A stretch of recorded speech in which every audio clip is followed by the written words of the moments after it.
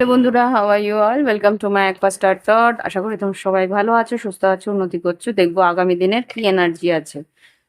মাথায় রেখো, general reading সবটুকু নাও মিলতে পারে।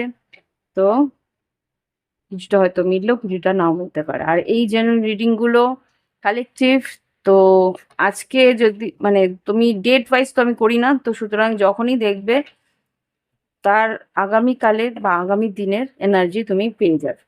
প্লিজ দেখো আমার কালেকটিভ বন্ধুদের আগামী দিনে কি ঘটতে পারে। Time is fluid. তুমি যখন ভাবছো যে এটা আজকের দিনটা আজকের দিনই, তোমার কাছে তুমি যেই টাইম লাইনে আছো, আজকের দিনে যেটা তোমার হচ্ছে, তোমার পরের যারা টাইম লাইনে আছে তার 3-4 দিন পরে সেই ঘটনাই হয়তো তাদের সঙ্গে ঘটবে।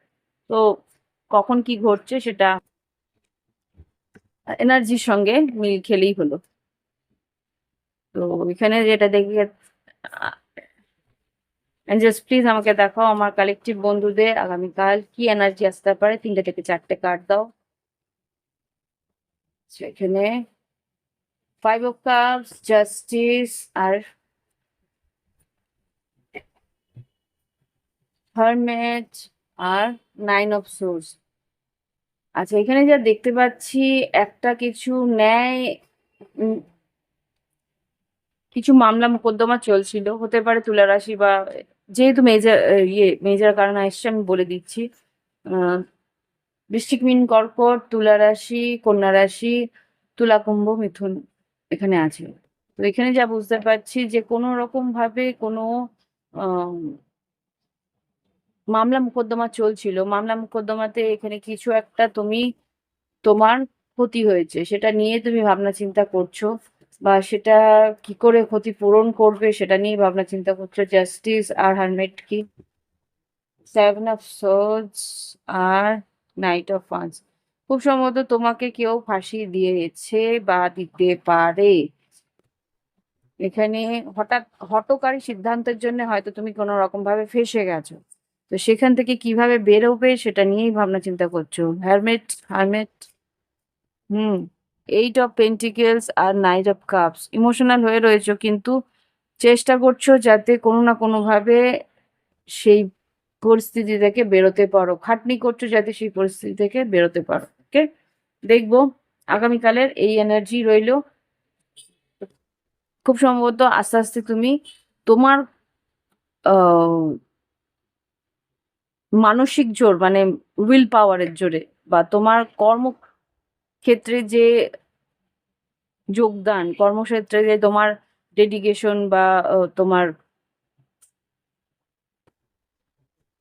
উম, হ্যাঁ, তোমার যে উৎসাহ, সেই জন্য কিন্তু তুমি সেই পরিস্থিতি থেকে বেরোতেও পারবে। হুম, কাল, গতকাল না হলেও তার পরের দিন হয়তো বেরিয়ে যাবে। দেখি এবার লাভ লাইফে কি ঘটতে পারে। এঞ্জেলস আগামীকাল আমার কালেকটিভ বন্ধুদের লাভ লাইফে কি আসছে। এনচ্যান্টমেন্ট, কারোর প্রতি বেশ মুগ্ধ হয়ে যাবে, তোমার পার্টনারের প্রতিই হবে। আর কি আসছে, আচ্ছা, ইনোসেন্স, সেলিব্রেশন আর এক্সপ্রেশন। তুমি হয়তো সহজ সরল ভাবেই তার প্রতি যে,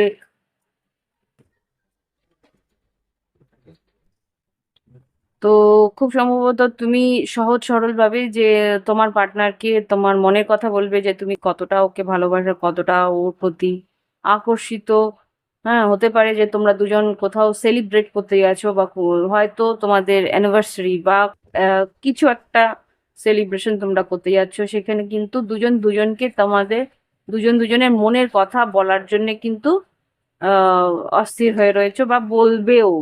হুম, মনটা হালকা হবে দুজন দুজনকে বলে, দুজনের দুজনের কাছে সাহস করে এগিয়ে গিয়ে বলে কিন্তু একটা ইয়েস, ভালোবাসার একটা রিফ্লেকশন, একে অপরের মধ্যে একটা রিফ্লেকশন দেখতে পাবে। একে অপরের মধ্যে যে ভালোবাসার একটা টান, সেটা তোমরা অনুভব করতে পারবে। কালকের দিনটা ভালোবাসার জন্য বেশ ভালো, রোমান্টিক থাকবে।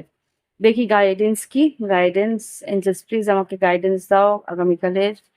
রাউন্ড রাউন্ড, একটা কার্মিক সাইকেলে তোমরা পড়েছো বা কোনো রকম ভাবে একটা ইয়েস হায়ার পাওয়ার, তোমার ঈশ্বর কিন্তু তোমাকে একটা সুন্দর একটা সম্পর্কের মধ্যে জড়াচ্ছে, বা খুব সম্ভবত এই পরিস্থিতি আগেও একবার এসছে তোমাদের জীবনে, রাউন্ড রাউন্ড।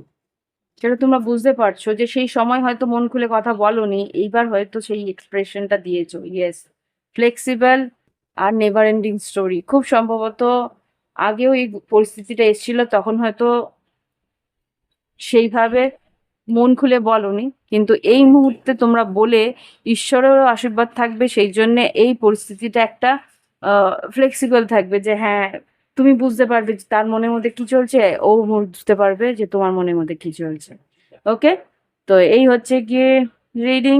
ভালো লাগলে অবশ্যই লাইক দিও, কমেন্ট করো, সঙ্গে থেকো। আর যদি মনে হয় প্রাইভেট রিডিং নেবে, ভিডিও ডেসক্রিপশন বক্সে হোয়াটসঅ্যাপ নাম্বার রইলো, যোগাযোগ করে নিও। ওকে, বাই বাই, হ্যাভ ফান, ভালো থেকো।